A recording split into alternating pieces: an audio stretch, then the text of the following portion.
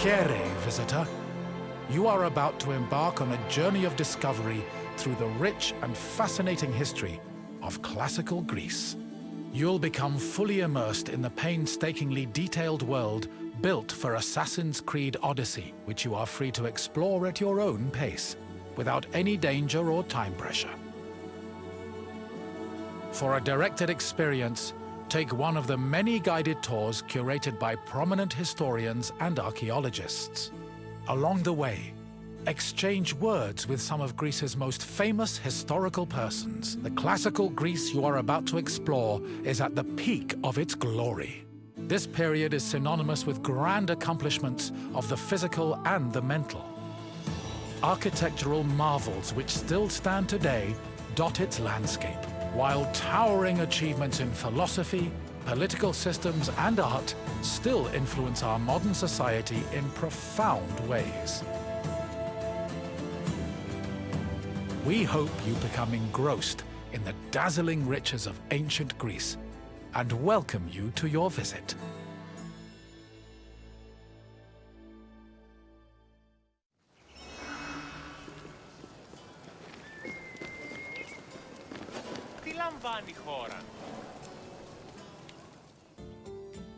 Greetings, wanderer, and welcome to the Akropolis, the shining jewel of Athens.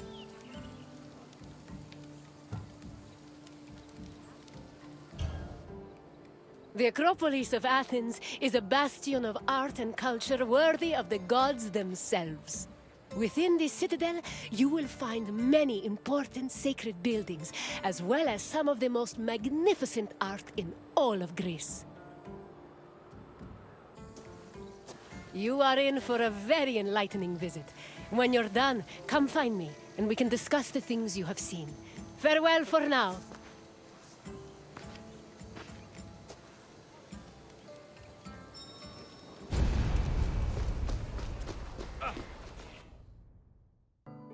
The Akropolis has gone through many changes in its long history.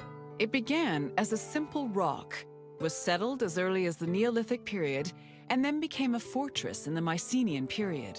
Stone buildings started appearing in the 7th century BCE. But the famous structures whose ruins remain visible today date mainly from a period of construction in the 5th century BCE. The location of the Akropolis is closely tied with Athens' foundation myth. Supposedly, it was the site where Athena and Poseidon competed for the city's patronage. This connection gave the Akropolis a sacred aura, and it was considered the religious heart of the city.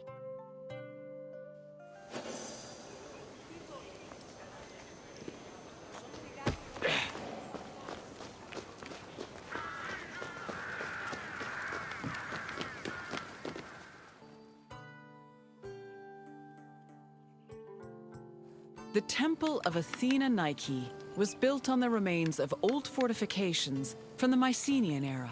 Worship at the temple can be traced back to the 6th century BCE, but the building itself was destroyed during the Greco-Persian Wars a century later. It was rebuilt during the Peloponnesian War. Given that the name Athena Nike roughly means Athena of victory, it was likely constructed in the hopes that Athens would win the war. Unusually, the temple depicts historical scenes of battles against the Persians instead of the more mythologically inclined art of other Greek buildings. The temple's priestess was chosen randomly among the Athenians and received a salary of 50 drachmae annually, along with skins and trophies from sacrificed animals.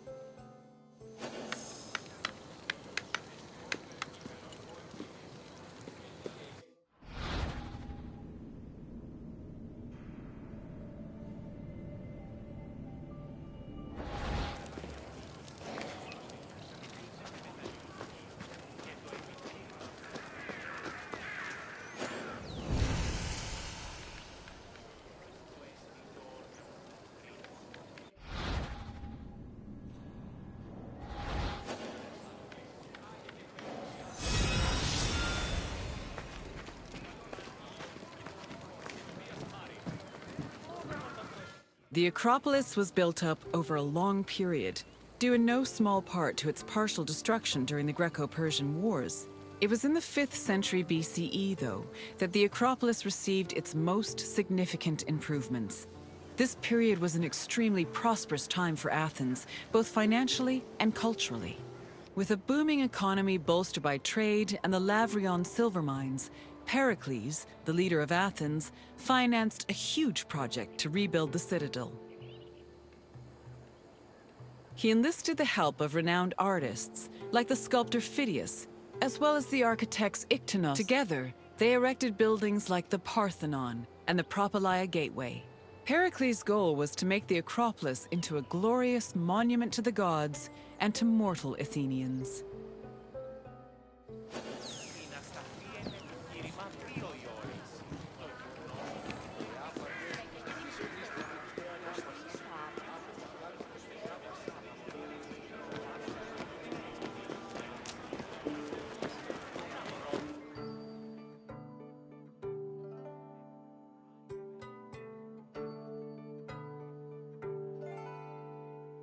Behind the Propylaea was the giant bronze statue of Athena Promachos, or Athena who fights on the front lines. That name was reflected in the spear and shield the statue held in its hands. It was erected in the mid-5th century BCE by the artist Phidias.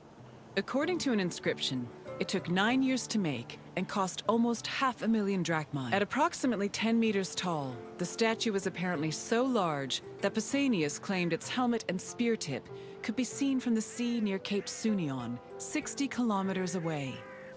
The ornamentation on the statue's shield was engraved by the metalsmith Mies.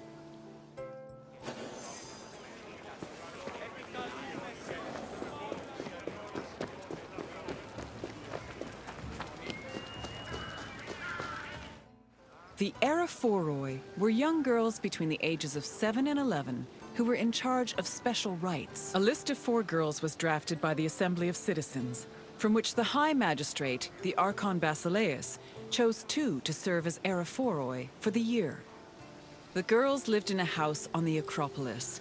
They were in charge of carrying sacred objects and weaving the peplos of Athena. The peplos was a sacred robe offered to Athena during Panathenaea, a festival held in her honor.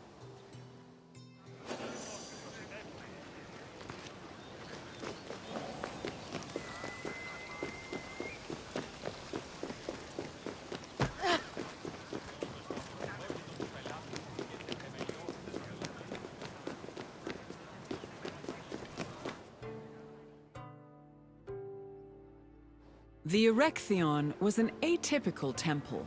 It was dedicated not only to Athena Pelias, but also to Cecrops, the mythical founder of Athens, his son Erechtheos, and even Poseidon, the sea god who challenged Athena for possession of the city. The temple was divided into sections. The eastern part housed a statue dedicated to Athena, while the western section jointly belonged to Poseidon and Erechtheos. Meanwhile, King Cecrops' grave was believed to be under the caryatid porch. Under the temple was a crypt that was said to contain the sacred snakes of Athena. The snakes may have had a sweet tooth because the priestesses of Athena allegedly fed them honey cakes.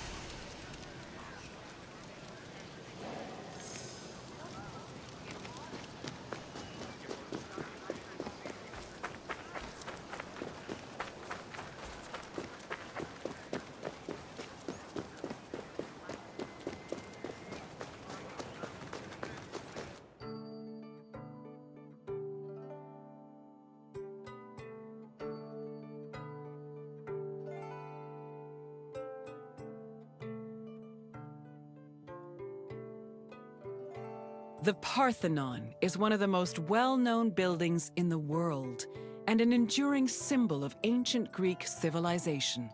While it is located on the Akropolis, the building is not a traditional temple. It was built by the sculptor Phidias and the architects Callicrates and Ictinus as a great monument to the glory of the city of Athens. That glory is evident in its many carvings. One of the most carved monuments in Greek architecture, the Parthenon's decorations depict several mythological scenes. These include the birth of Athena, her fight against Poseidon for the patronage of Athens, the gods' battle with the giants, and the procession of the great Panathenaea.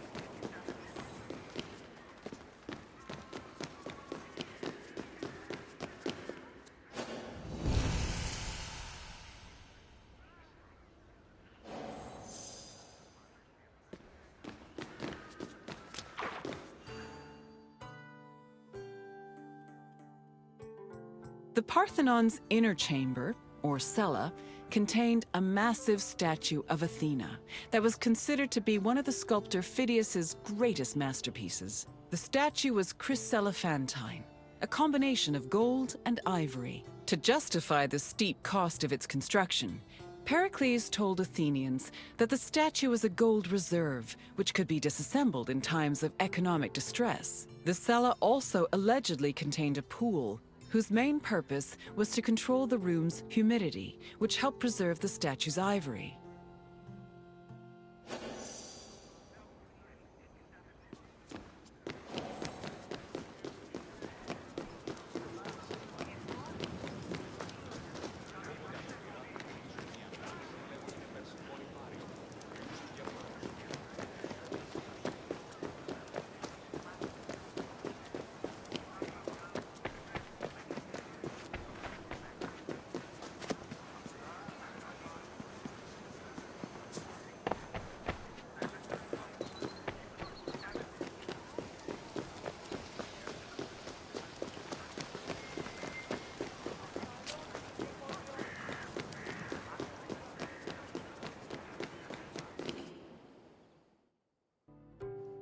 Athens' treasury was located in the Parthenon, where it was believed to be protected by Athena herself.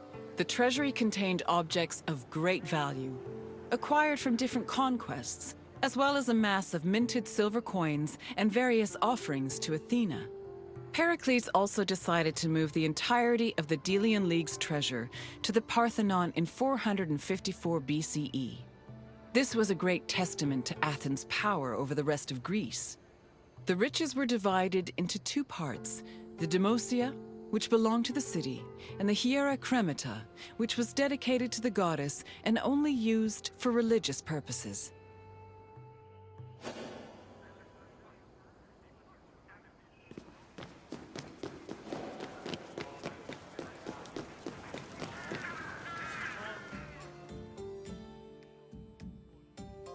And what did you think of the Acropolis? It truly is quite something, isn't it? A sacred sanctuary and an architectural marvel, all in one. If you have any questions, don't hesitate to ask.